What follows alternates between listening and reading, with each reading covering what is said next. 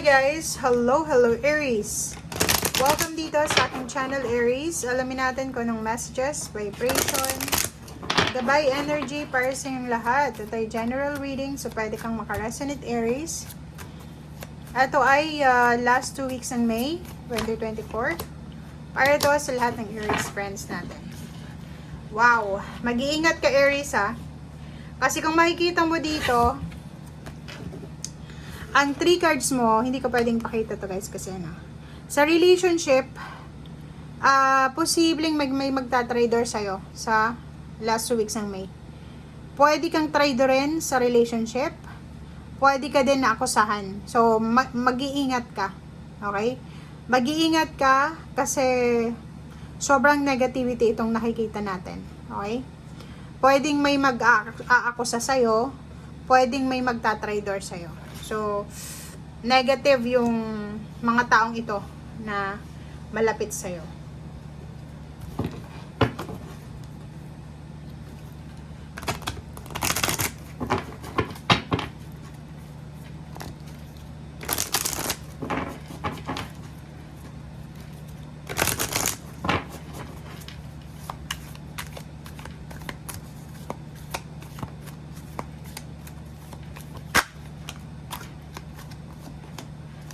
Okay.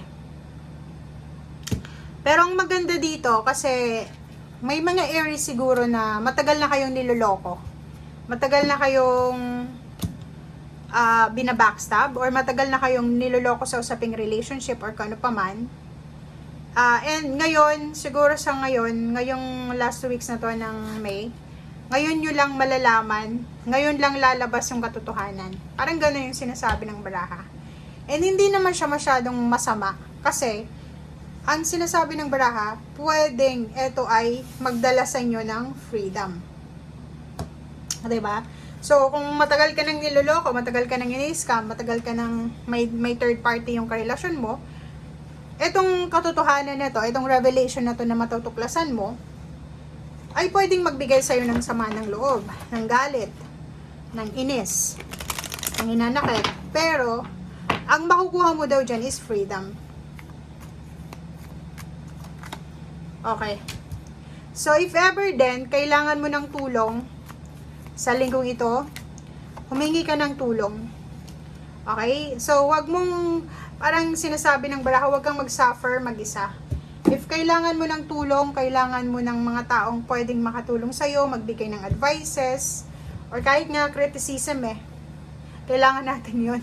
Okay, so, mag-pray, mag-manifest, mag-invoke ka sa angels, archangels, humingi ka ng tulong sa mga tao sa paligid mo, humingi ka ng tulong sa pamilya mo, or kung walang gustong tumulong, prayer, mag-pray ka na sana, Lord, bigyan ka ng mga tao na pwedeng makatulong sa'yo.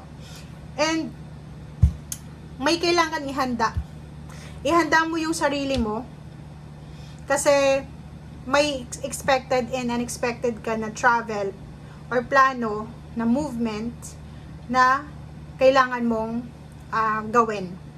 So, posibleng paglipat ng bahay, pagta-travel, ano pa ba? Lahat ng motion, actions, or lahat ng mga improvement sa buhay, posibleng mangyari yan sa isang pitik lang. 'Di ba? So, expect the unexpected bago matapos yung May. Or bago magsimula yung dun. Unexpected travel, unexpected, ano bang mga unexpected dito? Ang daming unexpected na pwedeng mangyari. Okay.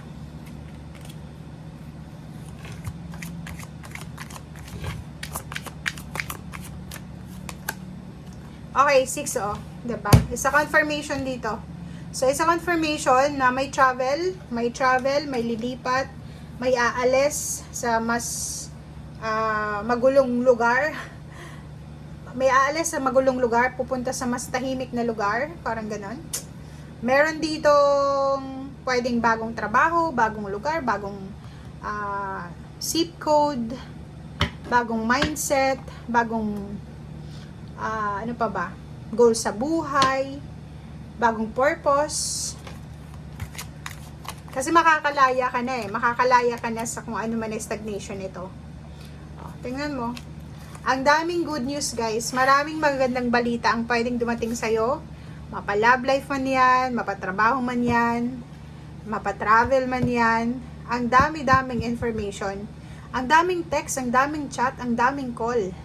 Sobrang dami. Maraming magtatanong sa'yo eh. 'Di ba? Three of Pentacles. Oh. Pwedeng may gustong makipag-collaborate sa'yo, may gustong makipag-business partner. Maraming mag-o-offer sa'yo, 'di ba? So, magiging busy yung ano mo, tawag dito, yung cellphone mo, social media accounts. Kasi parang sinasabi ng bra sa'yo dito na maraming partnership to eh. Maraming tao na gustong kunin ka as worker, kunin ka as kung ano man, ninong, o, pera. Ang daming offer ng pera. Ang daming pwedeng pagkakitaan. Okay? So, ha-harvest ka ng pera. Ang dami talaga guys. So, tingnan mo. Maraming pagkakataon dito. Oh, Queen of Swords. Kailangan mo lang daw mag-focus sa kung ano ito na ino-offer sa'yo ng universe. Okay? Next is a Knight of Wands. So, pwedeng relationship din to.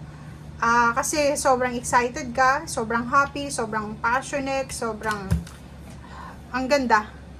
Oh, 'di ba? So, it's either ang good news na to is tungkol sa relationship, aapaw yung cups mo. Maraming positive news ito. Maraming positive news na posibleng darating sa'yo. Okay? Positivity. Maraming okasyon din. May okasyon, may good news, positive, celebration.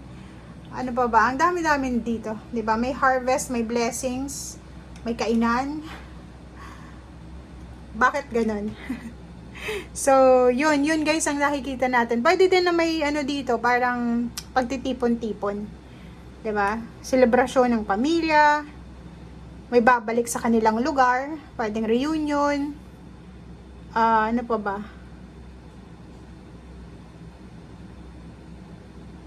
Maganda yung flow ng energy ng emotion. Maganda yung takbo ng emotion eh. So, balance yung emotion niya. May reconciliation. Ano lang, smooth lang yung takbo ng 2 weeks, last 2 weeks ng May para sa'yo sa relationship. And, kahit sabihin mo dito na akusado ka, trinidor ka, may natuklasan kang katotohanan, pero end of the day, positive pa rin yung hatid sa'yo na itong mga pangyayari na to. Okay? So, yan guys ang sinasabi ng baraha. Maraming salamat and see you again. Bye!